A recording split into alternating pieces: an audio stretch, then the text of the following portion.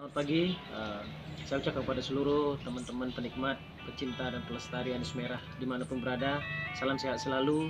Kembali bersama saya di Jack Channels dari Singaraja Bali, channel seputaran penangkaran anis merah dan kicauan lainnya, ayam hutan dan ayam hias lainnya. Jadi hari ini saya ingin berbagi kepada teman-teman semua, mungkin hal ini yang paling teman-teman tunggu, bagaimana saya berproses sampai berhasil menangkarkan anis merah di pusat kota Singaraja yang terkenal dengan memiliki cuaca yang cukup ekstrim, yaitu panas ya. Jadi tidak ada yang tidak mungkin ya. Kalau kita berjuang selalu ada harapan. Kalau kita putus asa, selesai sudah perjuangan kita ya.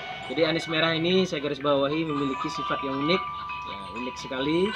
Jadi penjodohan ataupun menampilkannya di lapangan ini memang unik ya. Jadi saya berproses kurang lebih 2 tahun dengan segala cara ya, dan akhirnya saya berhasil walaupun tidak sempurna bagi saya. Jadi itu memang proses yang sangat lama, namun saya yakin kedepannya dengan cara-cara yang saya lakukan ini semakin banyak nanti penangkar-penangkar lainnya yang akan berhasil ya. Jadi selama saya berproses ini banyak sekali kendalanya. Nanti saya akan ulas ya satu persatu. Mohon ditonton video ini sampai selesai ya. Jadi anis merah khususnya di Kota Singaraja ini sudah mulai menipis ya. Kota Singaraja ini ada beberapa desa ya.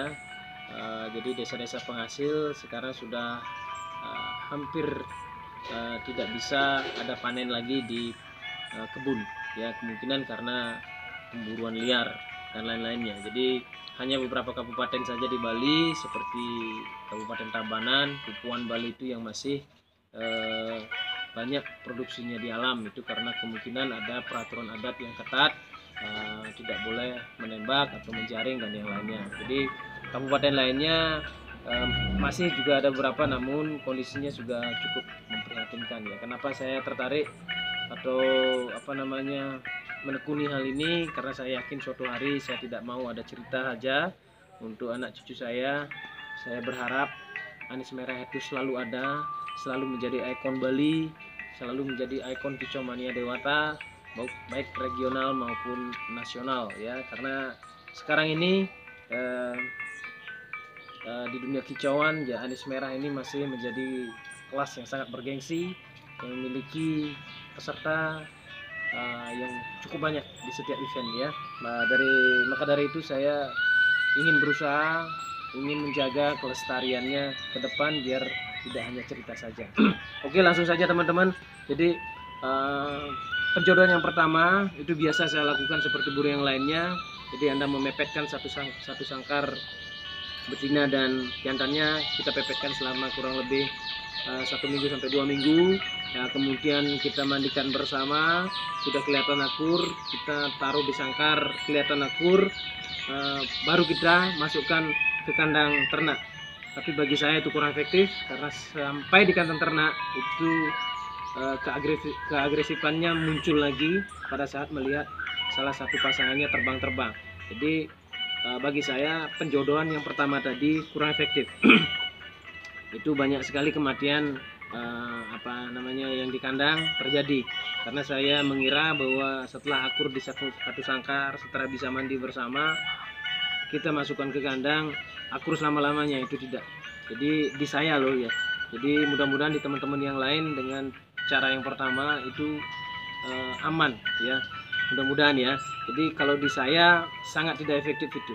Jadi beberapa kali saya lakukan dengan cara itu justru banyak yang mati ya, karena lepas pantauan juga.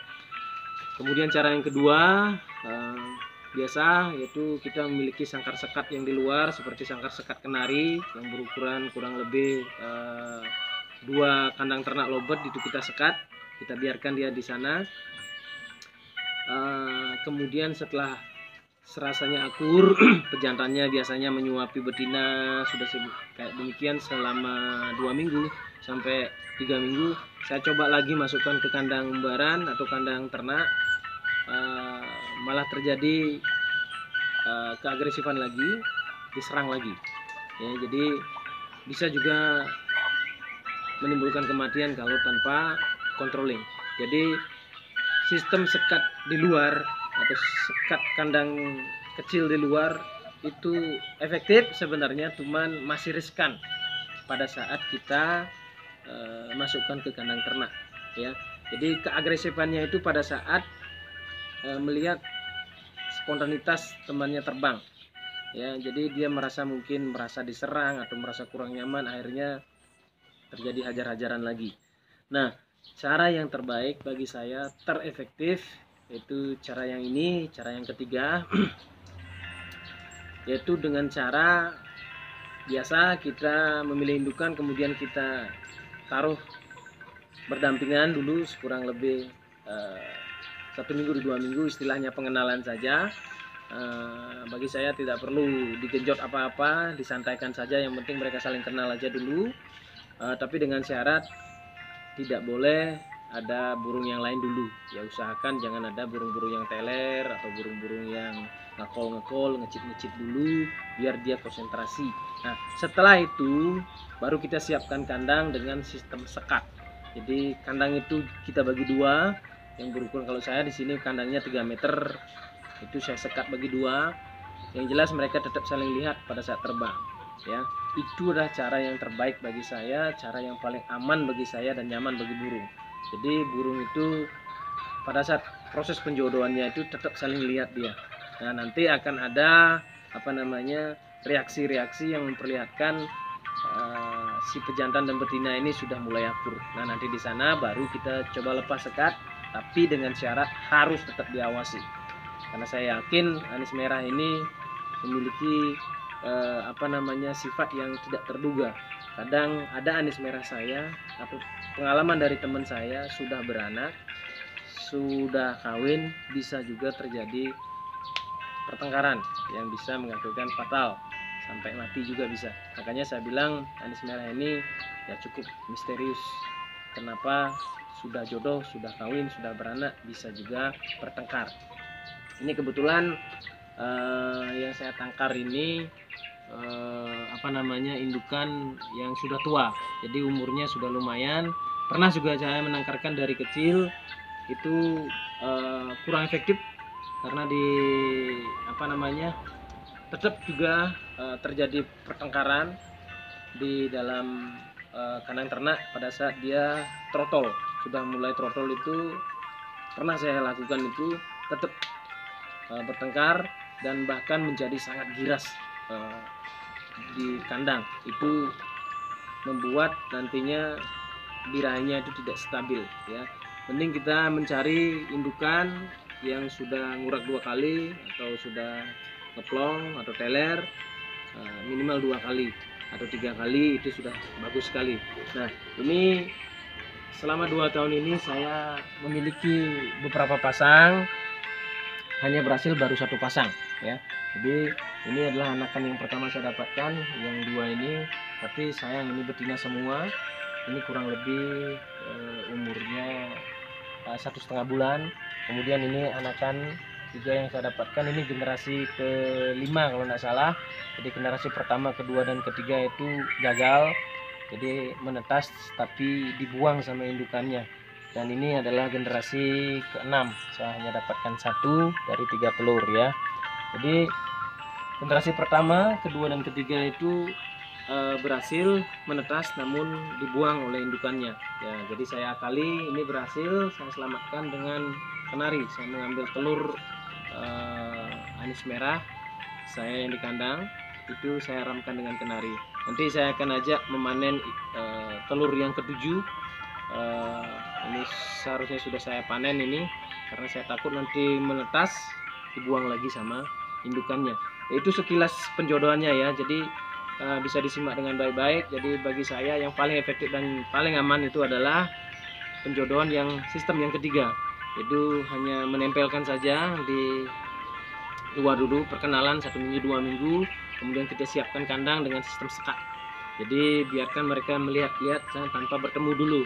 Nanti kalau sudah ada reaksi, kurang lebih reaksinya 2 minggu sampai 1 bulan, bahkan bisa lebih. Jadi pejantannya itu sudah mulai bawa-bawa makanan. Nah, di sanalah kita lepas sekatnya, tapi dengan syarat kita awasi. ya. Mari saya contohkan sistem sekat saya, sistem kandang saya. Jadi mudah-mudahan ini, ya mudah-mudahan ya, dengan cara ini teman-teman bisa aman burungnya ya. Yuk kita lihat dulu ya.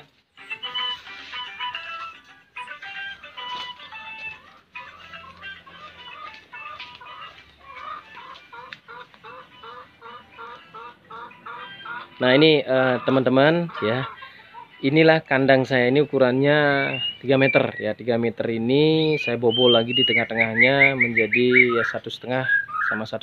Jadi anis merah ini tetap nanti saling bisa lihat ya. Ini bisa teman-teman lihat seperti ini. Jadi sebelah kirinya itu anis merah yang betina, sebelah kanan anis merah yang jantan ya. Jadi sistemnya seperti ini. Ini kurang lebih dulu saya perkenalkan dia di luar itu ya kurang lebih 1 minggu sampai 2 minggu tanpa ada gangguan burung lain, kemudian baru saya masukkan ke sini satu persatu ya. Contohnya seperti ini ya, ini sekatnya seperti ini ya, kita kasih tangkringan di tengah-tengah sekat itu biar bisa melihat si betina atau si jantannya ya.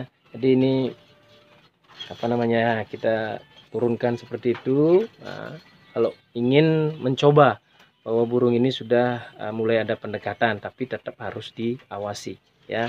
Ini dulunya terus terang saja burung ini sudah apa namanya pernah kawin, namun masih ada masalah sampai sekarang ya.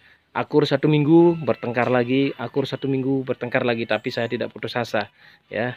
Saya tidak putus asa karena saya yakin suatu hari mereka akan bisa berhasil. Ini sudah hampir 1,5 tahun saya urus ini ya, karena saking penasarannya saya tetap tidak bongkar indukan ini, saya tetap pertahankan dengan cara sistem sekat ini ya.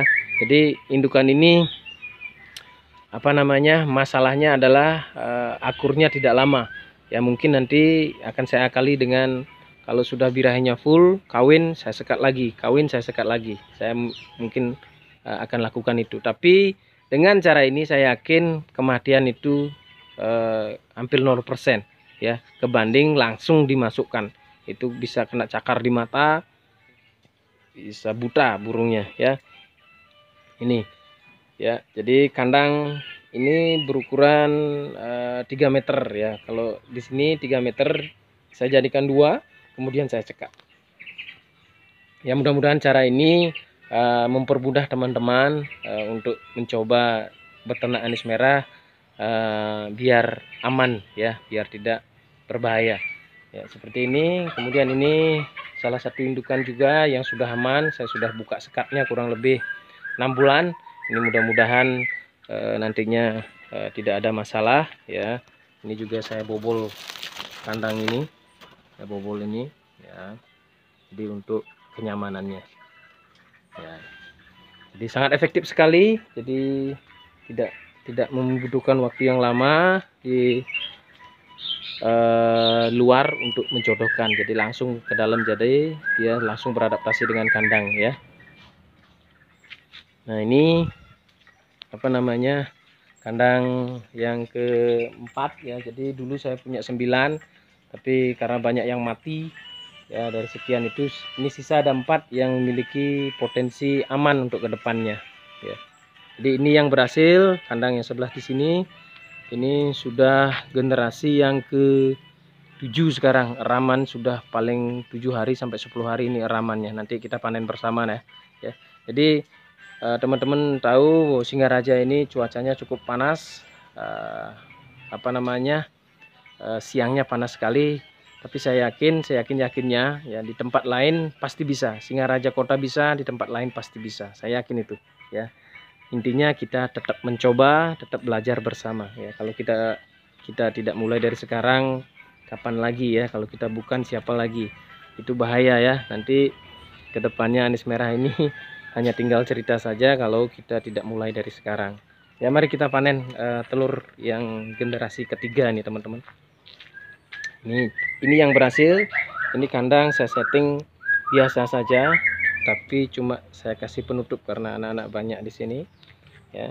Kandangnya seperti ini biasa saja.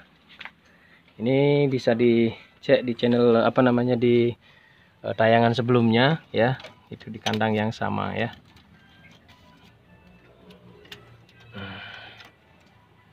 Yuk pelan-pelan aja dulu.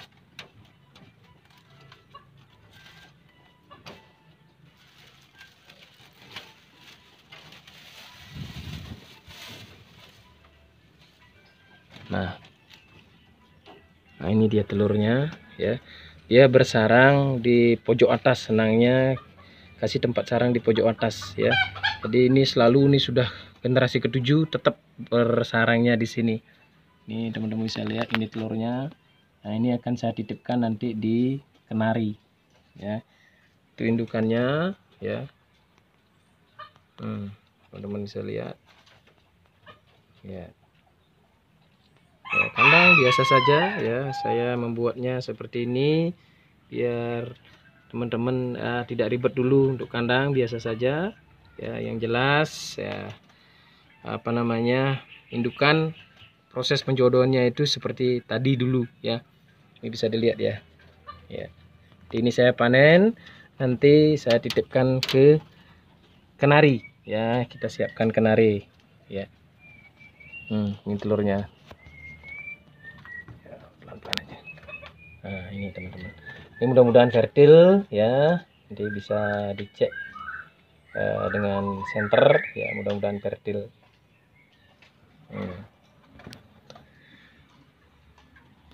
Ya kita jeda dulu ya, saya mau ngambil telur biar tidak pecah. Kita jeda dulu, nanti kita sambung pada saat menaruh telurnya di kenari ya. Ya teman-teman ya, ini saya sudah mempersiapkan kenari yang tugasnya mengeram ya. Jadi kenari ini saya bikin dia itu mengeram terus. Jadi punya anak saya ambil, saya kasih telur burung. Jadi dia tugasnya ngeram terus ya. Jadi kita sudah siapkan ini ya.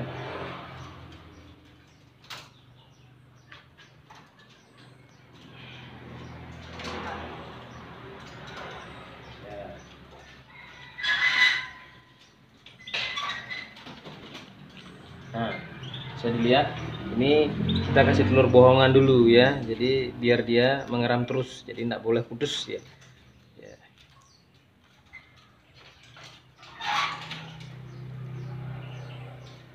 Nah, baru kita ganti dengan telur manis merah ini.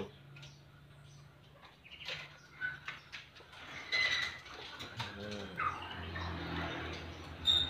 taruh di sana.